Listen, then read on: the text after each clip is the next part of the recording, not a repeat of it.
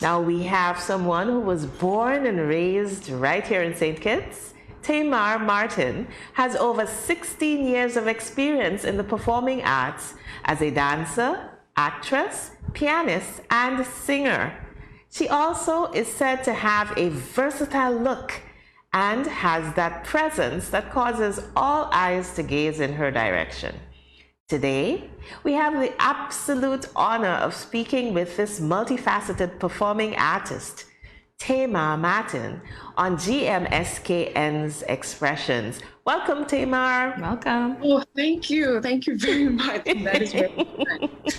Thank you. And now, for your first question, you are currently starring as Stacey Ann in The Kink in My Hair. That's a musical. And we have a clip of that trailer. Let's have a look. Okay.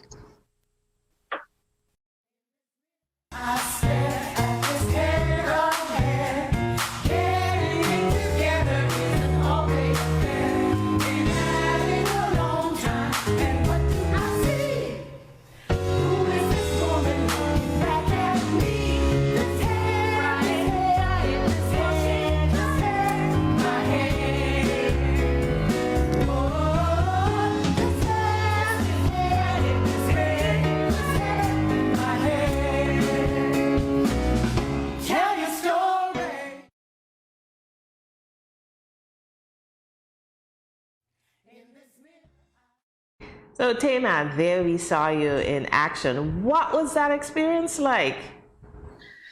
Oh my goodness. I have 4 words for it.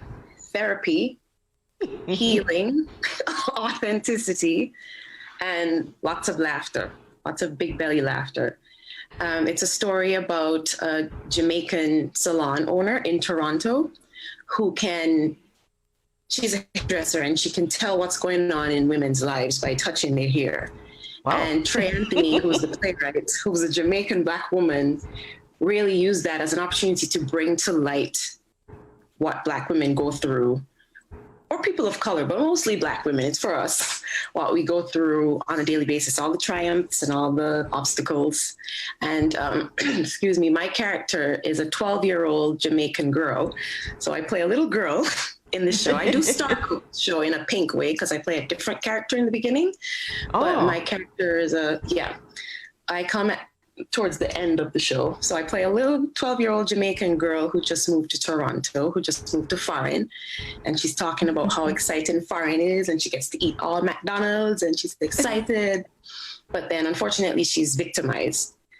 And so it's a heavy role to play, but because Trey Anthony goes so deep and she tells such an authentic story of issues like colorism, violence towards Black youth, the way Black women are treated in the workplace, it was very important for me to make sure that I do her work justice and really give an authentic portrayal of a 12-year-old girl who's being victimized, and hopefully somebody in the audience who's been through what she's been through can feel seen and heard and maybe get help for themselves. Nice. So, now I understand what they mean by multifaceted, because you not only played a different character at the beginning, but you're able to play a 12-year-old. And tell me, the million-dollar question for me is, did you have to cry on stage? No, but it does come back. Our director said, I don't want anybody, there's 8 of us in the cast, and he said, I don't want anybody in here needing therapy after this. So,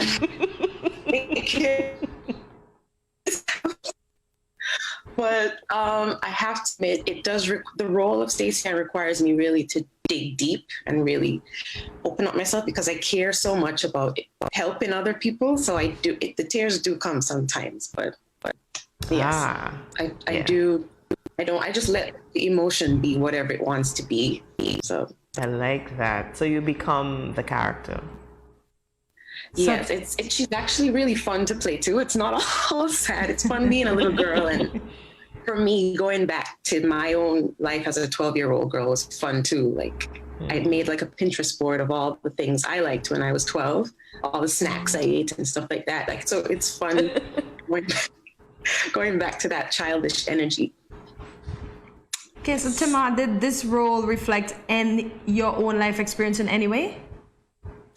It did a bit. I did grow up. I did spend most of my life in St. Kitts, so I did not emigrate from St. Kitts as a child. But I don't want to spoil anything, but I did go through a bit of what SKN has been through. So that's what made this role even more of a huge responsibility for me, to make sure that I show our plight.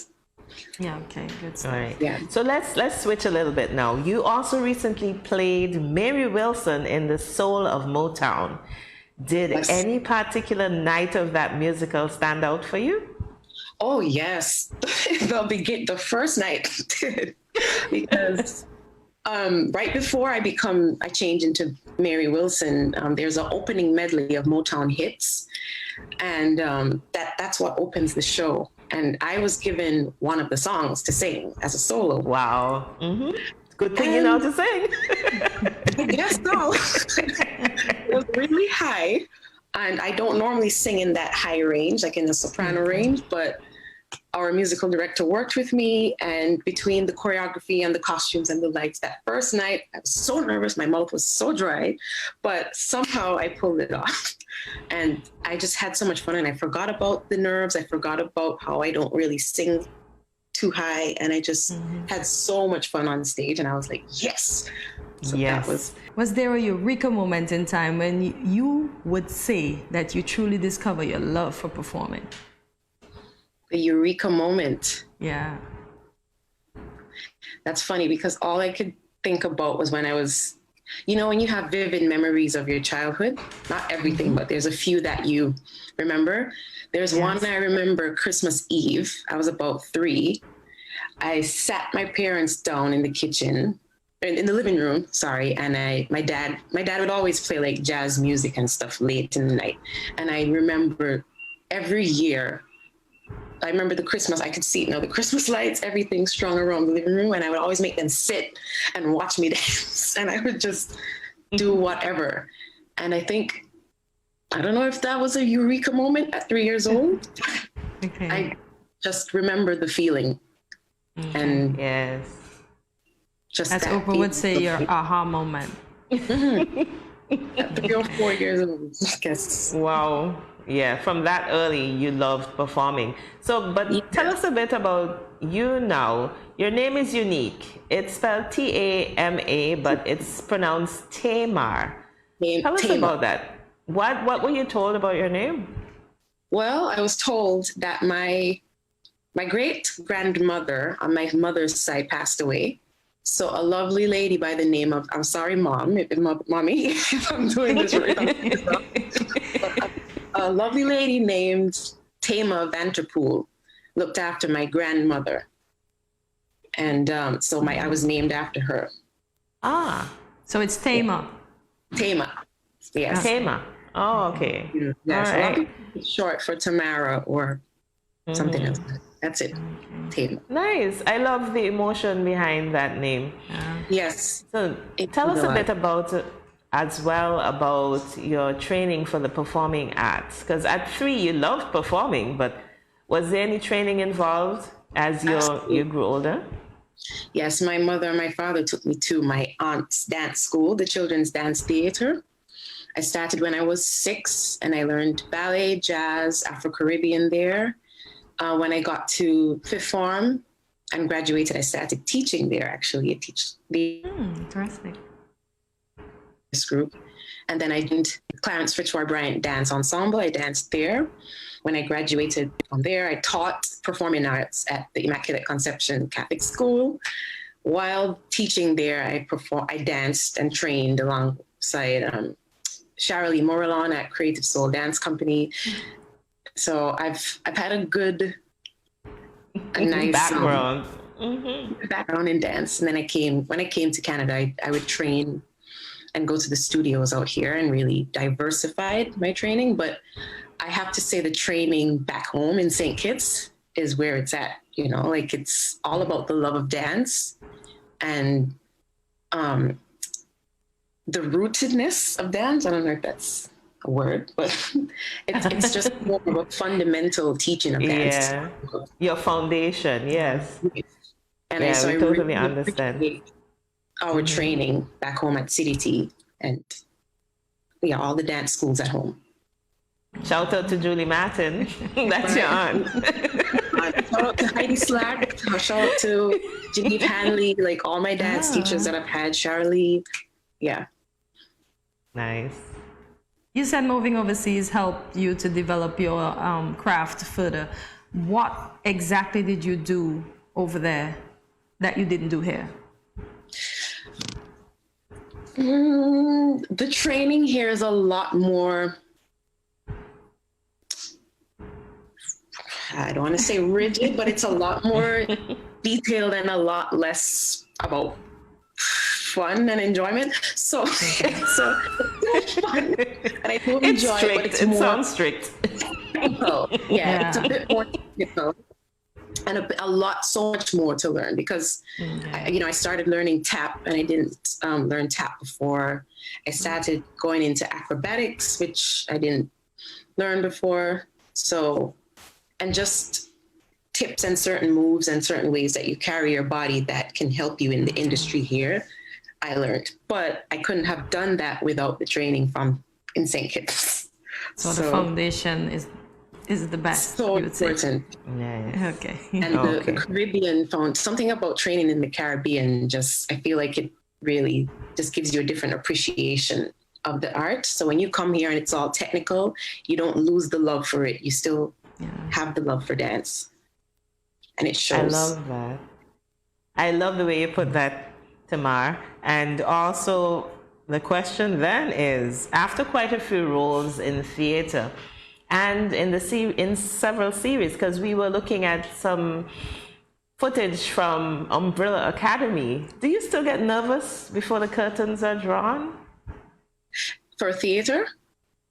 For both, for theater as well as the series that you've been in. Or is it a different atmosphere? If it is, specify the two. Yes.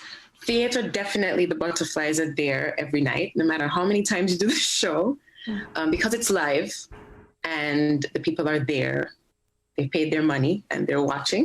So that is definitely more nerve-wracking than when I did Umbrella Academy, when you're on set and there's a camera you have to play to and you have multiple takes and multiple tries at stuff, whereas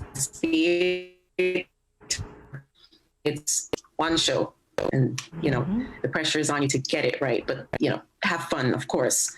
But yes, when you do a series, you do have multiple takes and you're playing to a camera and you get different angles. So, you end up doing a 5-second clip, maybe 20 times, sometimes, maybe more. So it's a lot of fun though. And people often ask me to pick which one is my favorite. Yes. I don't know if I can, but I do love dancing live and performing live. The energy of having an audience, like I told you, I used to tell my parents to sit down. Yes. Make up a dance. So it's just, I like to see the smiles on their faces and